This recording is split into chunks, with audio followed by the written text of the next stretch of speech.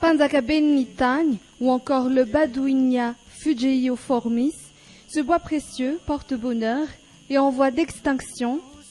Telle a été la généralité de ce reportage effectué par notre journaliste Armissa Rakoutbe. Un bois précieux imprégné d'une grande partie de la culture malgache, mais qui semble être oublié.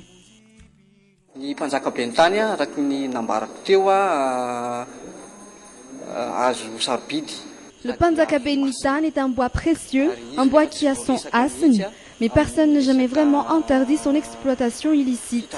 Cette exploitation existe vraiment, comme par exemple dans le sud-ouest de l'île.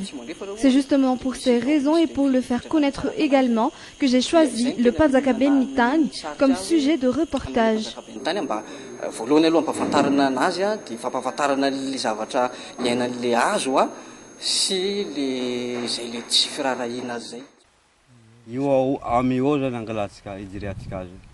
Une rencontre avec ceux qui habitent autour de la seule zone forestière où l'on peut encore en trouver, des échanges avec des trafiquants de ce bois précieux, des débats avec l'autorité concernée. Ce sont généralement eux qui ont permis d'effectuer ce reportage.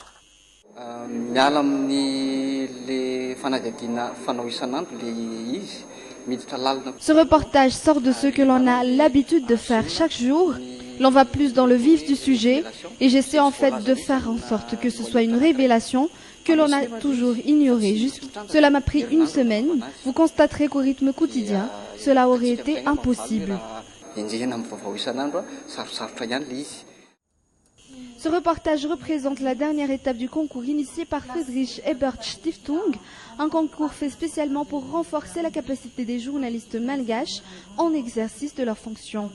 Lors de la formation, la plupart des participants ont pu acquérir de nouveaux savoir-faire.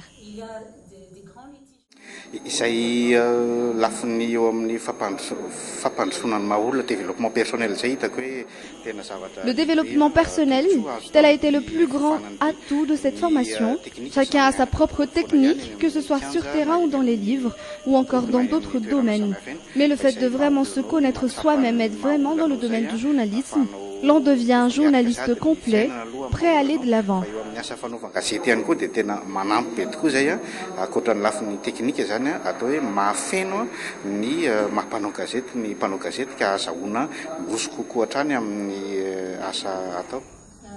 « 14 journalistes, hommes et femmes, ont participé à cette formation et se sont vus attribuer des récompenses aujourd'hui en Tannarim.